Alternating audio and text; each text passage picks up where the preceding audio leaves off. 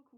Mais écoutez, bonjour à tous. Merci aux organisateurs et organisatrices de ce colloque de m'avoir permis d'y apporter ma petite pierre. Je sors un petit peu de mon créneau habituel aujourd'hui pour vous parler de cette série Calendar Girl, qui est une série de romances érotiques qui a été publiée chez Hugo Roman en 2017 et qui m'intéresse aujourd'hui pour ce colloque parce que c'est une série qui me semble est conçue d'emblée pour une expansion transmédiatique et une expansion qui est destinée à générer des nouveaux contenus en s'appuyant sur les usages induits par les transmédialités numériques et par les réseaux sociaux, en faisant donc de son public un des moteurs de cette expansion. Pour moi, en fait, Calendar Girl se situe au croisement de logiques de croisement de médias, de transmédialité, de sérialité et de logiques commerciales qui viennent infuser la fiction. C'est un peu tout ça que j'aimerais brasser aujourd'hui. Vu le format réduit de la communication, vous m'excuserez que certaines analyses soient un petit peu condensées. Cette communication est basée sur les romans, sur l'épluchage du site internet satellite de la série et du compte Twitter du personnage principal du roman, Mia, ainsi qu'un entretien avec la chargée de la série chez Hugo Roman. Je précise simplement d'emblée que je vais parler de lectrice dans cette communication, dans la mesure où le cœur de cible de la série et son contexte éditorial tend vers un public féminin, voire exclusivement féminin, et que ce présupposé joue énormément à différents niveaux, notamment sur la communication autour de la série et sur sa réception médiatique. Un mot d'abord de la série, parce que je pense qu'elle n'est pas extrêmement connue et que ça vaut la peine juste de savoir de quoi on parle. C'est donc une série de 12 romans écrite par Audrey Carlan, qui est une romancière américaine spécialisée dans les séries de romance et qui aligne ce que j'appellerais des séries à concept. C'est-à-dire que le titre est volontairement assez générique, comme Calendar Girl ou la série qui a suivi, International Guy. Ces titres portent en deux mots un type de romance, une caractérisation suffisamment floue, guy, girl, pour qu'on puisse s'identifier facilement, et en même temps un concept qui va apporter un twist, la dose d'originalité de la série.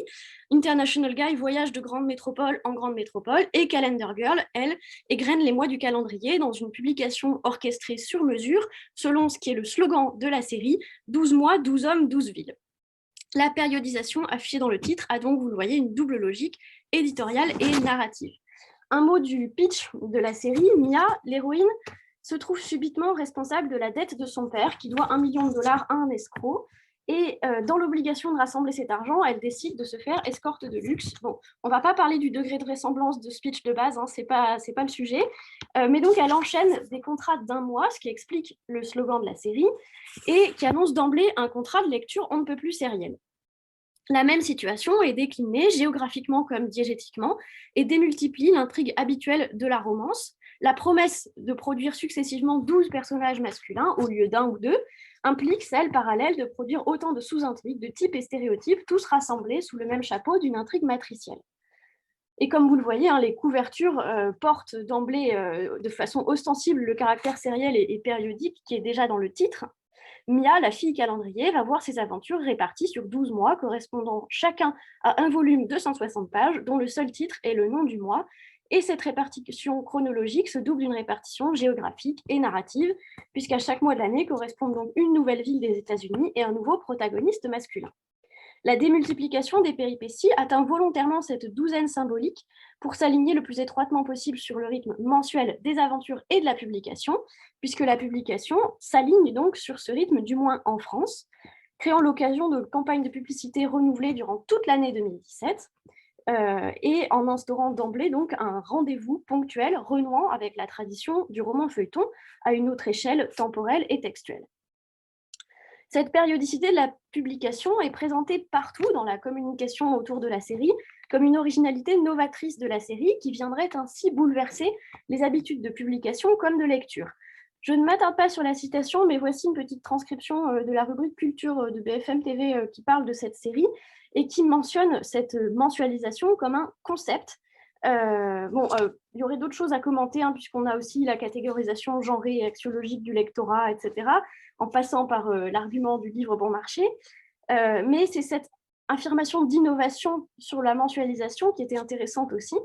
Bien entendu, elle est totalement fausse, hein, c'est loin d'être une innovation, mais cette affirmation est intéressante dans la mesure où elle présente justement cette mensualisation comme l'une des clés du succès de la série. Cet échelonnement, en effet, de la publication vise à créer l'engouement. Mais la périodicité longue a des revers de médaille puisqu'elle risque de voir retomber l'enthousiasme entre les volumes.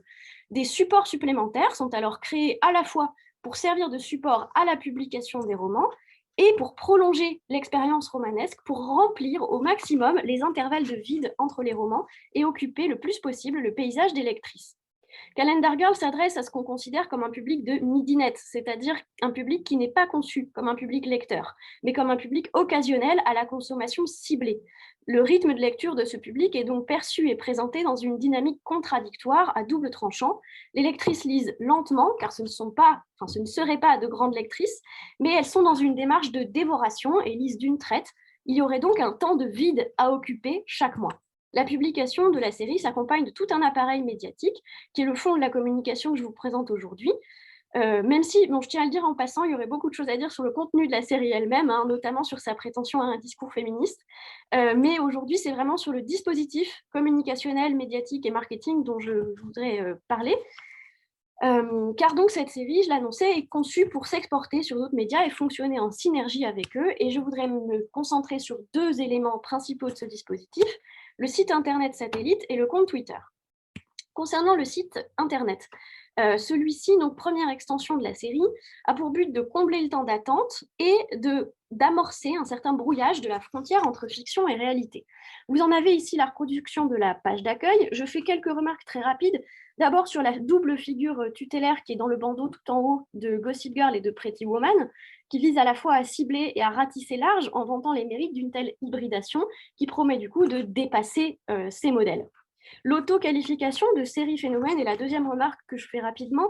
C'est une affirmation qui s'appuie sur le succès précédemment obtenu par la série aux USA, mais qui précède toute publication en France. La série se présente d'emblée elle-même comme phénomène, ressassant ainsi une sorte de formule magique autoréalisatrice qui est destinée à inciter son public à venir s'inscrire dans la cour des phénomènes de la littérature qui buzz, car provocante, sexy et libérée.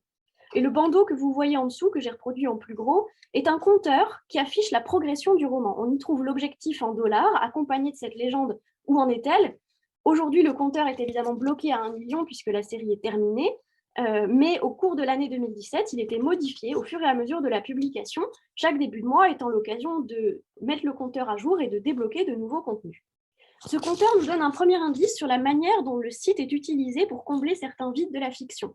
La question de l'argent occupe évidemment une place importante dans le premier volume, celui de janvier. Je vous en mets un exemple rapide, mais je ne vais pas prendre le temps de commenter la citation. Juste simplement pour vous montrer que dans ce volume de janvier, on a à plusieurs reprises des questions d'argent, évidemment, c'est le volume qui met l'intrigue en place, mais cette question s'efface ensuite la majeure partie du temps dans les volumes suivants au profit de la dimension de romance érotique. Les quelques rappels de la progression de Mia sont disséminés dans les romans, et pour ne pas avoir à les retrouver soi-même, ni à faire additions et soustractions, on peut tout simplement se rendre sur le site internet et consulter le compteur, car bien évidemment, la somme n'est pas la même tous les mois, ce serait trop simple, il y a quelques montagnes russes dans ce que Mia gagne et perd.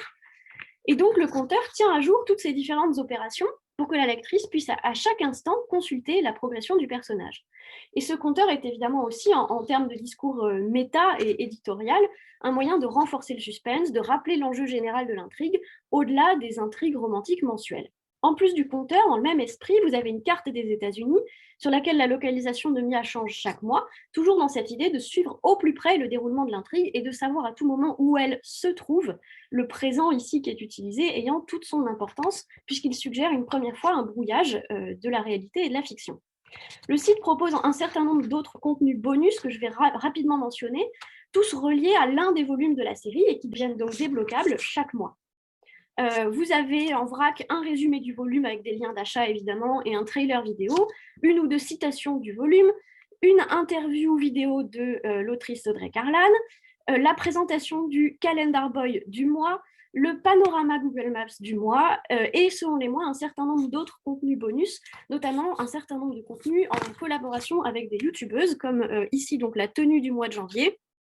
Et ici, un autre exemple, parmi d'autres, de critique du volume du mois de mars. La lecture de chaque volume se prolonge donc sur Internet, pratique qui, à mon sens, fait de Calendar Girl un exemple de littérature cyborg, au sens où Anaïs Guillet l'entend, Anaïs Guillet qui a consacré sa thèse à la question. Je vous mets ici le site Internet trouver ces informations. Cyborg est la métaphore qu'elle déploie, je le dis rapidement, pour théoriser l'hybridation médiatique du livre avec l'hyperlien, c'est-à-dire avec Internet. Cette notion permet de considérer métaphoriquement les œuvres de son corpus comme des cyborgs qui ne peuvent pas être étudiés en dehors de la culture technologique et médiatique dans laquelle elles s'inscrivent. Donc, je vous renvoie à son site pour plus de détails sur cette notion. Mais en gros, Kalen Dargol relève de ce qu'elle appelle un type transmédiatisé de cyborg, une relation dialogique entre l'hypermédia et le livre, une espèce de livre augmenté. Un croisement théorique se fait ici, à mon sens, entre cette théorie du transmédia qui nous occupe et cette hybridation hypermédiatique du texte littéraire qui est l'objet de son analyse cyborg. Calendar Girl est donc une œuvre cyborg, fiction d'emblée conçue pour une expansion transmédiatique, destinée à compter sur son public pour générer des nouveaux contenus. On le voit déjà sur le site, tout est fait pour inviter les lectrices à prolonger l'expérience romanesque et à entretenir de ce fait l'illusion référentielle, dans un brouillage des frontières entre la fiction et la réalité. C'est ce qui s'opère par exemple avec les panoramas Google Maps que je vous montrais. Ceux-ci font référence à chaque fois à un lieu particulièrement emblématique du roman, ici en janvier, la plage où Wes et Mia se rencontrent pour la première fois, nous dit la légende. Il s'agit à la fois de se faire une idée du lieu, puisque le site s'adresse à des lectrices françaises qui lisent une histoire qui se déroule aux États-Unis, et à ce que la lectrice fasse intégralement partie du voyage de Mia. Cette intrigue, qui est littéralement invraisemblable si on la prend au premier degré, appuie donc une forme de recherche de crédibilité sur des appels à la réalité et sur l'ancrage de ces péripéties dans des lieux concrets, visitables même à distance. Les panoramas sont donc, comme vous le voyez, tous accompagnés d'une légende qui les relie directement à l'intrigue du mois et permettent d'anticiper sur la lecture à venir ou bien de la rafraîchir. La légende peut donc servir à rappeler une péripétie, à indiquer, comme ici, comment Mia trouve l'endroit en question. C'est l'endroit le plus beau que j'ai jamais vu de toute ma vie, mais je n'ai pas les mots, etc. À indiquer aussi une espèce de réflexion personnelle de Mia, comme ici, de façon complémentaire au déroulement de l'intrigue, comme ici, où elle parle d'apprendre à monter à cheval avec son frère, ou bien dans la lignée des réflexions philosophico-émouvantes qu'elle aligne régulièrement, dans l'exemple que je vous montre ici pour Las Vegas. À noter que la quasi-totalité de ces légendes, comme d'ailleurs une immense partie du site internet, et notamment les portraits des Calendar Boys, je vous en mets un exemple ici, tout cela est rédigé à la première personne. C'est Mia qui parle. Et l'on ne quitte que très très peu le régime fictionnel. Comme lors de la lecture des romans, c'est le personnage de Mia qui s'impose comme l'interlocuteur de la lectrice, même lorsqu'il s'agit de faire la promotion des livres, ce qui d'abord pose des vraies questions en termes doctorialité, puisque l'autrice s'efface totalement derrière son personnage. C'est le personnage qui présente les sorties de livres, et ce qui crée aussi, à mon sens, une sorte d'effet de dissociation cognitive, une brisure assumée du quatrième mur. Mia présente son livre récemment disponible en librairie, se réjouit de le voir en photo dans les mains des lectrices, et ainsi de suite. Ce qui m'amène donc, dans un dernier temps de cette présentation, à l'analyse du compte Twitter du personnage, dont le fonctionnement tout entier est construit sur cet entretien permanent de l'illusion référentielle qui présente Mia comme une vraie personne avec qui interagir sur les réseaux sociaux. Le but du compte Twitter est en effet de parier sur l'engagement du public tout en ne laissant à nouveau aucun vide d'une publication à l'autre. Comme le dit la définition de Jenkins qu'on a déjà beaucoup évoqué hier, dans le storytelling transmédia, le but est que chaque média fasse ce qu'il fait de mieux. Et dans le cas de Calendar Girl, le support narratif en lui-même étant assez faible, ce qu'on a cherché à exploiter, c'est les dynamiques propres des réseaux sociaux. Et à mon sens, la série Calendar Girl se distingue de ce point de vue par une certaine originalité de son dispositif, même si évidemment, on l'a vu au cours de la journée d'hier, ça n'est pas du tout la seule fiction qui met en place un site internet satellite ou des réseaux sociaux pour ses personnages, mais il me semble que c'est déjà plus rare dans le cadre d'une série de romans que pour les séries télévisées, où c'est plus, il me semble, plus fréquent, et aussi parce que le dispositif imaginé par Hugo Roman est spécifique à la publication française. Ça n'est pas, comme je le pensais au début, une espèce de packaging de marketing acheté en même temps que les droits. Et ce dispositif rejoint certains mécanismes d'interpénétration entre la sphère culturelle et la sphère commerciale, plus précisément en lien avec le complexe mode beauté. Je vous renvoie à ce sujet aux analyses de Mona Chollet sur la série Gossip Girl dans son formidable essai Beauté fatale. J'y reviendrai rapidement, mais le simple fait que sur le site de la série, on trouve des vidéos de youtubeuses qui font la promotion du roman à leurs abonnés, le tout assorti de liens pour acheter les éléments d'une tenue qu'elle présente, est extrêmement parlant en ce sens. Revenons donc au compte Twitter. Celui-ci est créé exprès pour la publication de la série en France, je vous le disais, et les tweets sont élaborés par la community manager de l'époque chaque semaine et ils relayent des posts au début à propos du roman avant de proposer de plus en plus une fiction de dialogue avec le personnage qui commente en direct les événements de sa vie. Une partie des tweets décalque ainsi le déroulement des péripéties, mois par mois, jour par jour. On peut retracer avec précision le déroulé de chaque mois, même si, et là c'est très intéressant je trouve, les dates ne sont pas données dans la narration, mais par contre elles sont données avec une grande précision jour après jour dans les tweets du compte de Mia. Sur Twitter, Mia s'exprime souvent par des phrases qui prennent la forme d'affirmations, de vérités générales, de dictons, de perles de sagesse populaire, comme vous l'avez ici, hein. Les retrouvailles avec ses proches sont toujours l'occasion d'un poncif sur le bonheur de la famille ou de l'amitié. Une rencontre avec son ex, le méchant de l'histoire, occasionne lui un commentaire piquant censé faire signe vers une sorte de complicité féminine. Mouahaha, l'ex a pris 20 kilos depuis la rupture. Certaines dates et fêtes sont également mises en évidence, comme ici la Saint-Patrick, permettant d'établir là à nouveau de façon très visible une chronologie des journées de Mia.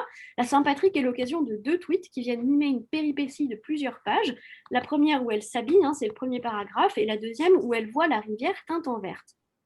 En passant, pour vous montrer dans quelle mesure tout est interconnecté entre les différentes plateformes, c'est justement cette péripétie de la Saint-Patrick et de la rivière verte qui est retenue comme lieu du mois sur le site internet pour le mois de mars. Au-delà de l'anecdote voulue amusante de la rivière teinte en vert, la Saint-Patrick est l'occasion pour Mia de faire, vous le voyez, un tweet tenue du jour, slim noir, pull vert, blouson en cuir et bottes chocolat, écharpe verte, le look parfait pour la Saint-Patrick. C'est un format qui revient très très souvent sur son compte et qui fait signe vers un code bien établi, hein, celui de l'OOTD, Outfit of the Day.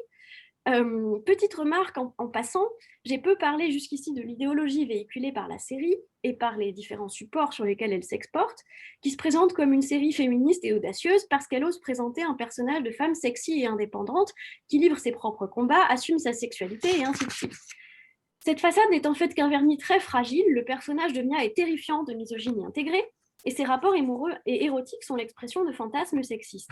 Elle reproduit elle-même un certain nombre d'aptitudes et comportements qui sont extrêmement problématiques. Et dans ses tweets sur la tenue du jour, dont je vous mets quelques autres exemples, elle reproduit ici des injonctions morales et contradictoires qui pèsent sur la tenue féminine, qui doit être à la fois élégante, attirante, sexy, mais jamais vulgaire, jamais aguicheuse, hein, c'est ce que vous avez là, classe sans être indécent ni provocateur, sexy sans être trop aguicheur. Tous ces tweets réguliers sur les vêtements que porte Mia s'inscrivent dans des contextes diégétiques variés, de la tenue confortable quotidienne que vous avez dans le premier tweet, à la tenue de working girl que vous avez ensuite, en passant par les tenues exceptionnelles de soirée qu'elle est amenée à porter lors de ses aventures. S'impose ici à nouveau le lien avec les dynamiques commerciales. La longue litanie des vêtements portés par Mia sert bien entendu de futur support de collaboration, souligne des marques mises en valeur. Mia, qui clame à chaque épisode qu'elle déteste faire du shopping, se trouve malgré tout avec une garde-robe démentielle dans chaque volume, et la narration se sent obligée de préciser régulièrement la marque de ses vêtements et sous-vêtements. Mia n'enfile pas simplement une nuisette, elle enfile sa nuisette au bad préférée. La marque fonctionne alors sur le plan grammatical comme un simple qualificatif. Parfois, au lieu de simplement décalquer la succession des péripéties, certains tweets servent également à combler les blancs de la narration, comme celui-ci. À la fin du chapitre 2, Mia est au bar avec sa meilleure amie et le début du chapitre 3 s'ouvre alors qu'elle est déjà arrivée à sa nouvelle destination.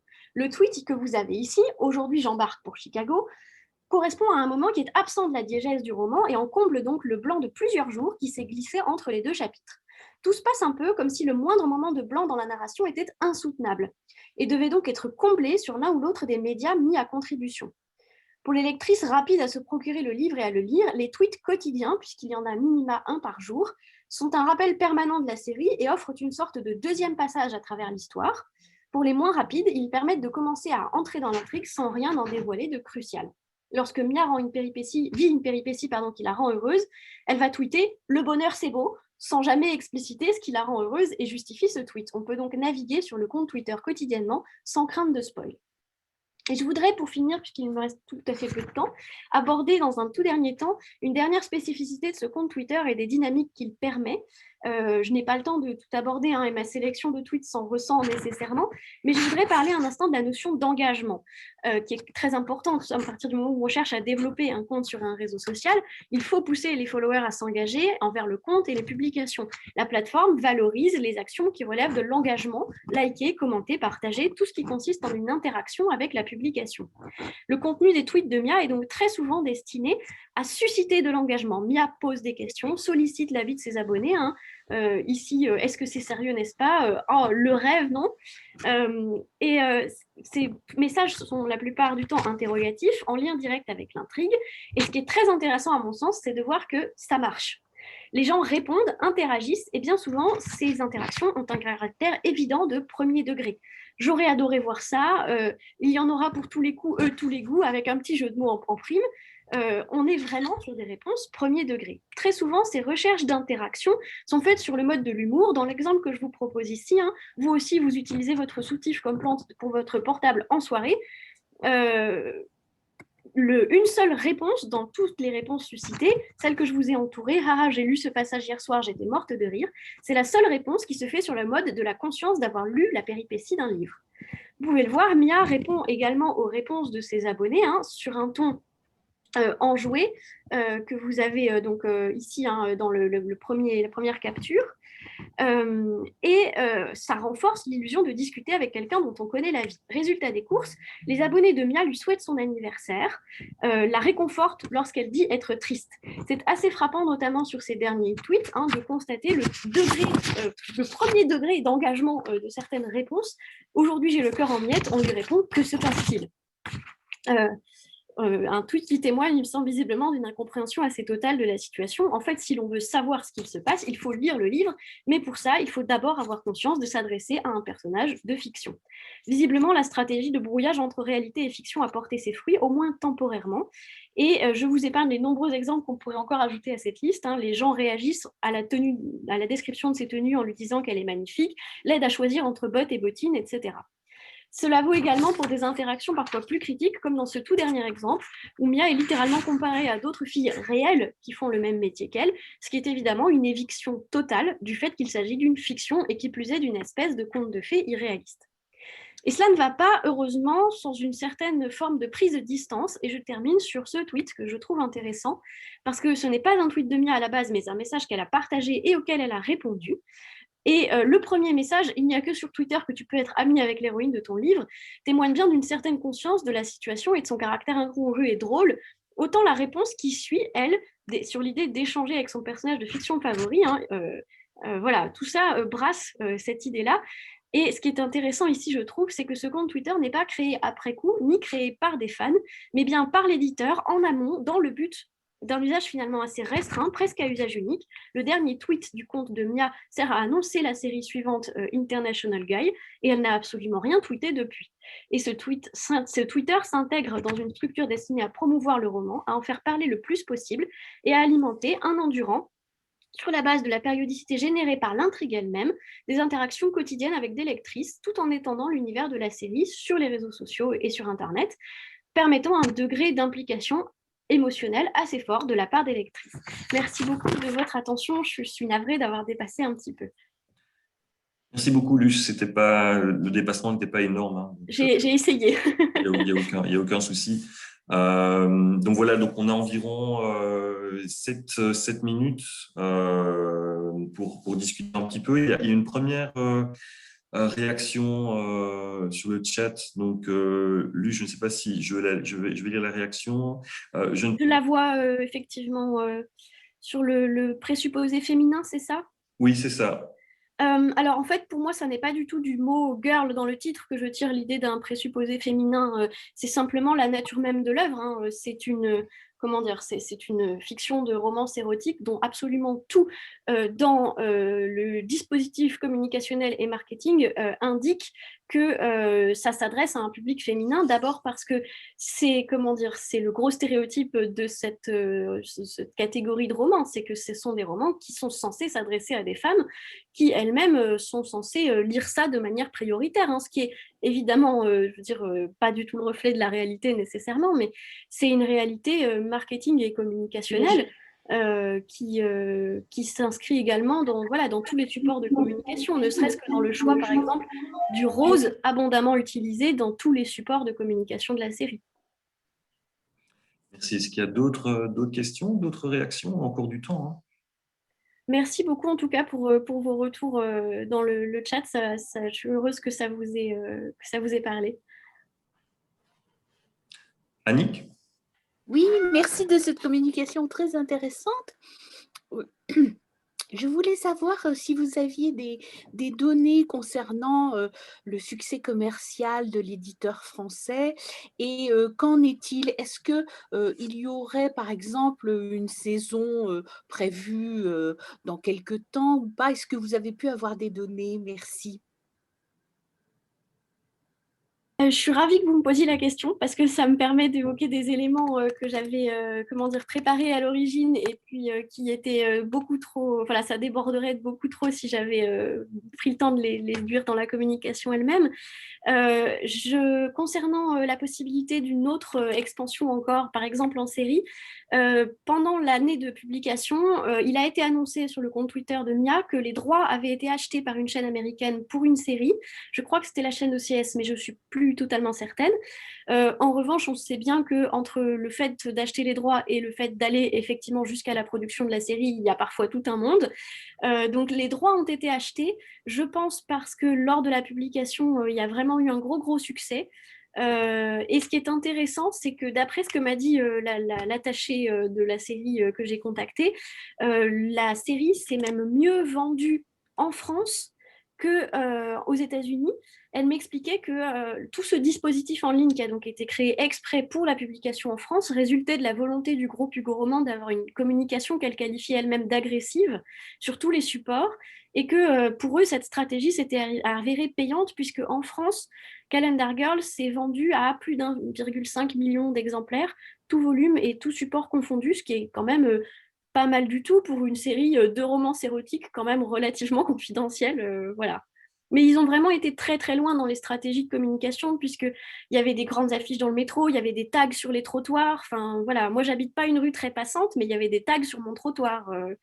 C'était très... Voilà, il y avait une volonté vraiment d'être partout au moment de l'année de la publication. Merci beaucoup de votre réponse. Je vous en prie. Il y a encore des questions, des commentaires? Oui, si je puis me permettre, j'en aurais une. Oui.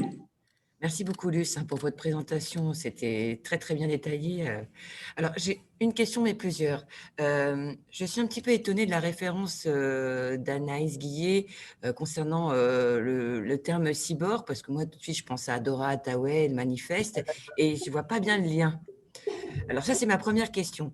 Ma deuxième, c'est que je n'ai pas... Est-ce que vous pourriez me réexpliquer le du compteur précisément, parce que j'ai pas bien saisi, j'ai l'impression que ce compteur fait plein de choses, en fait, et que c'est un élément clé. Ouais. Vous parlez du compteur de dollars sur le site? Alors oui, c'était dollars, mais ça ne faisait que compter les dollars ou ça faisait autre chose? Alors, ça ne faisait que compter des dollars sur le plan littéral, c'est-à-dire que, en fait, comme l'enjeu, le prétexte de base de la série est qu'elle doit rassembler une somme monumentale, et qu'il y a des enjeux, bon, alors auxquels on ne croit jamais un instant, hein, mais il y a des enjeux notamment de sécurité de sa famille, etc. Donc, on met en place ce compteur de manière à vous montrer où elle en est, parce qu'en fait, donc ces contrats, elle reçoit 100 000 dollars par mois pour chaque contrat, mais après, il y a plein de petits à côté qui peuvent modifier cette somme. Par exemple, elle reçoit un bonus si elle couche avec son employeur, c'est pas du tout obligatoire. Ensuite de ça, elle peut avoir parfois des dépenses qui entament cette somme-là. Donc, en fait, la somme qu'elle gagne chaque mois n'est pas la même, elle peut varier. Et je pense vraiment que ce compteur avait pour premier but de ne pas rendre nécessaire que les gens comptent eux-mêmes, parce que clairement, je pense qu'ils ne l'auraient pas fait. Les mentions sont beaucoup trop disséminées et beaucoup trop peu précises dans le roman. Et puis, pour moi, l'idée, c'était vraiment que ce compteur sert à tenir cette illusion d'être en train de suivre quelque chose de réel, de rappeler cette progression du personnage qu'on peut saisir en permanence. Ça me permet de faire le lien avec votre autre question sur le cyborg. J'ai fait cette référence à Anaïs Guillet parce que, comme je le disais au début, moi je sors un petit peu de mes plates-bandes. Moi, ma thèse porte sur des archives du 19e siècle à la base, donc je suis dans un terrain, comment dire, qui croise toujours des choses qui m'intéressent avec les notions de sérialité et de transmédia, mais c'est quand même pas mon domaine de grande spécialité, on va dire. Donc je ne connais pas la référence que vous avez citée. Si vous pouviez mettre son nom dans le chat, je serais ravie de la noter. Et Anaïs Guillet, c'est tout simplement parce que j'ai eu la possibilité de la croiser et d'échanger avec elle longuement sur son travail et qui m'a semblé que c'était une des manières possibles d'appréhender cette mécanique. Ce qu'elle appelle cyborg, en fait, c'est tout ce qui est de l'ordre de l'hybridation entre le support livre et le support hypermédia. Et dans la mesure où Calendar Girl, pour le moment, ne s'est exportée sur aucun autre support de pure fiction, on va dire, elle n'est pas allée en série télé, elle n'a pas été exportée en BD ou en quoi que ce soit d'autre, elle ne s'est exportée que sur Internet. Et donc, ça me semblait intéressant de qualifier de manière un peu plus précise que juste transmédiatique cette dynamique qui la faisait aller, la série, en priorité sur Internet et sur les réseaux sociaux. Et il me semblait que c'était cette dimension de cyborg qui l'exprimait le mieux dans les outils dont moi j'ai disposé au moment de préparer ce travail.